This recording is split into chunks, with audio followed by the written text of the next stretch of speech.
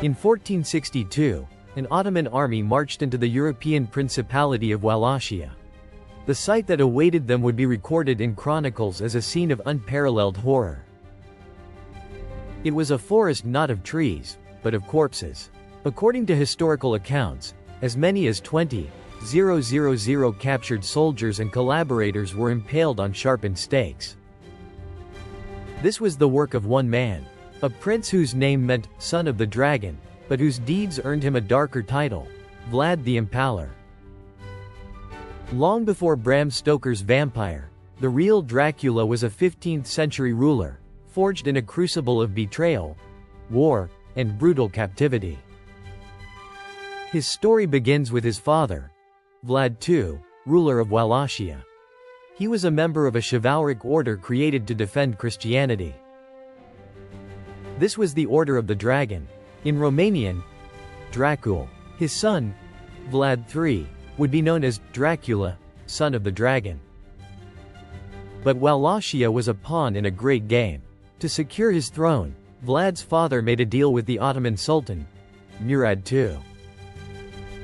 The price of peace was his two young sons. Vlad, then a boy, and his younger brother, Radu, were sent to the Ottoman court as political hostages. For years, Vlad lived in the heart of the Ottoman Empire. There, he learned the Turkish language and observed their military tactics, an experience that would profoundly shape his future. While his brother Radu reportedly adapted well, even befriending the future Sultan Mehmed II, Vlad's experience is believed to have fostered a deep and lasting hostility towards the Ottomans.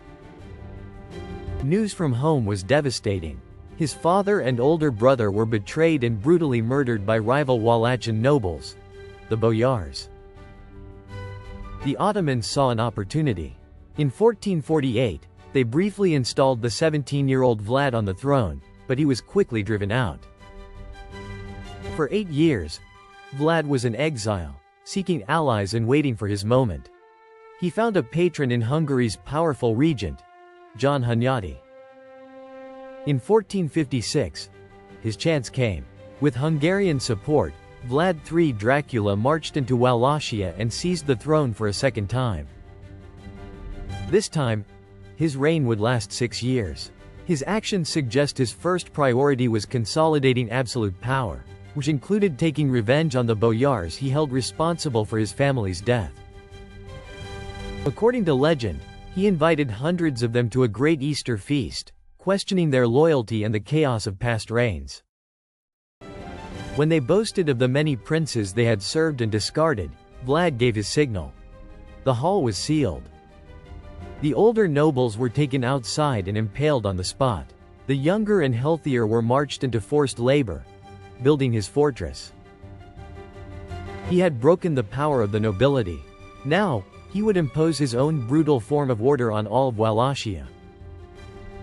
German pamphlets, likely propaganda from his enemies, would later spread lurid tales of his cruelty against merchants, thieves, and the poor.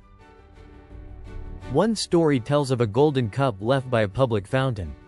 No one dared steal it, for they knew the punishment would be impalement. While these tales may be exaggerated, his preferred method of execution was horrifyingly real. It was a slow, agonizing death. Impalement was not just an execution, it was psychological warfare. A message of terror meant for internal rivals and external foes alike.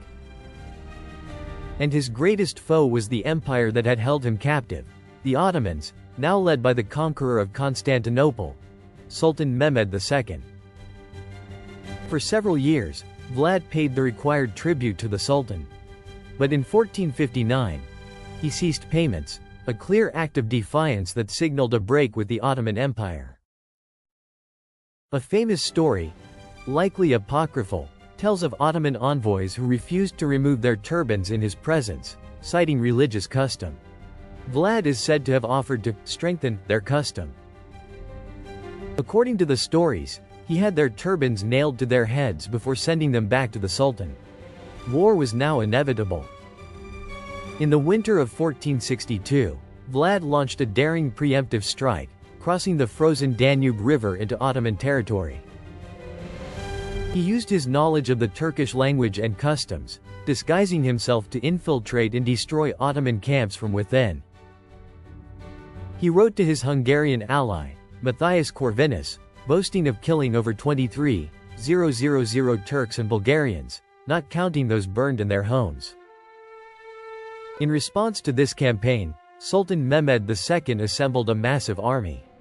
While sources vary, its strength is often estimated at over 60,000 men, with the goal of crushing the defiant Prince of Wallachia. Vlad was vastly outnumbered. He could not win a pitched battle, so he turned Wallachia itself into a weapon. He adopted a scorched earth policy. Villages were evacuated, wells were poisoned, and fields were burned, leaving nothing for the invaders. His smaller, mobile forces launched relentless guerrilla attacks, striking the Ottoman columns and melting back into the forests and swamps. The Ottoman army, plagued by hunger, thirst, and fear, pushed on towards Vlad's capital, Targoviste. There, Vlad planned his most audacious move. He would strike at the heart of the beast, in the dead of night. On June 17, 1462, Vlad led a small force of his best men, disguised as Turks, and slipped into the massive Ottoman camp. His target was the Sultan's own tent. The goal was not just battle, but assassination. To cut the head off the snake. The night attack plunged the camp into chaos. Wallachians charged in, killing indiscriminately, creating panic and confusion. They failed to kill the Sultan, who was not in the tent they targeted. But the psychological blow was immense. Despite the chaos, Mehmed II's army regrouped and pressed on. But as they approached the capital, Targoviste, they were met with Vlad's most horrifying display. It was the Forest of the Impaled. According to the Greek historian Chakokondyles, a valley near the capital was filled with the stakes holding the bodies of some 20,000 Ottoman prisoners. Even the conqueror of Constantinople, a man accustomed to the brutality of war, was reportedly stunned by the sheer scale of the horror. His campaign was a success in one sense. He captured the empty capital. But his army was demoralized, and he retreated from Wallachia. Mehmed left behind Vlad's own brother, Radu the Handsome, with Ottoman support to claim the throne and win over the boyars. Vlad had won the battle, but was losing the war. His cruelty had alienated his own nobles, who began to flock to his more pliable brother. Forced to flee, Vlad sought help from his supposed ally, King Matthias Corvinus of Hungary. But here, he faced the ultimate betrayal. Corvinus, having taken money from the Pope for a crusade he never launched, needed a scapegoat. He had Vlad arrested. Using forged letters suggesting Vlad was plotting with the Ottomans, Corvinus imprisoned the Impaler for more than a decade. During this time, his dark legend grew, fueled by the new technology of the printing press and the hostile stories spread by his enemies. In 1475, the political winds shifted again. With his brother Radu dead, Hungary needed a strong anti-Ottoman warrior back on the Wallachian throne. Vlad was freed. In 1476, he returned to Wallachia for his third and final reign. But his time was short. Within months, he was killed in battle against the Ottomans. The exact circumstances of his death remain a mystery. Some sources say he was killed by his own men, mistaken for a Turk. Others claim he was assassinated by rival boyars. His head was reportedly cut off, preserved in honey, and sent to Sultan Mehmed II in Constantinople as proof that the Impaler was finally dead. So how do we remember this man? In Western Europe, the propaganda stuck. He became a monster, a bloodthirsty tyrant. But in his homeland of Romania, his legacy is more complex. Many see him as a national hero, a brutal but necessary defender of their independence. He was a ruler who used absolute terror to forge a centralized state and fiercely resisted the overwhelming power of the Ottoman Empire. His methods were monstrous, but in the brutal calculus of 15th-century survival, they were, for a time, effective. And what of the vampire?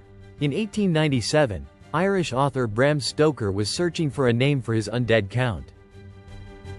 He found a footnote mentioning a Wallachian prince called Dracula, who fought the Turks. The name was perfect, evocative and sinister. Stoker borrowed the name and a few scant details of his homeland and wars, but the character, the blood-drinking monster, was pure fiction. The real Dracula never drank blood. He spilled it. He was not a creature of the night, but a prince of a brutal, violent age. His story is a chilling reminder that the monsters of history are not supernatural, but terrifyingly human. Vlad's nemesis, Mehmed II, was known as the Conqueror for a reason. To see how he took the invincible city of Constantinople, click here and subscribe for more world history tales.